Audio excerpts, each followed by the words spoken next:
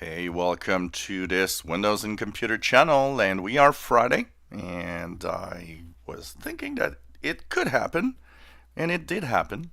A Windows 10 Insider Preview Build 18348 released for Fast Ring Insiders, the second one this week.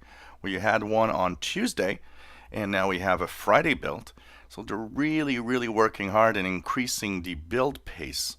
So hopefully this is going to be good news for making the Windows 10 April 2019 update a good one that will work great and have the least amount of problems possible.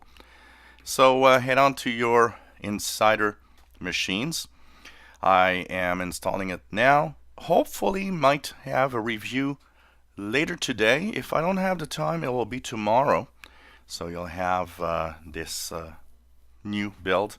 No new features probably in here, but like we did in the past builds, we will talk about some of the new features coming in the April 2018 update. We'll take the occasion to show you some of the new stuff in there. And of course, hopefully it's going to install well and be a good and stable build for insiders. So today, March 1st, 2019, as we are in the month where, we will eventually see RTM, see the official release for insiders before everybody gets it in the month of April.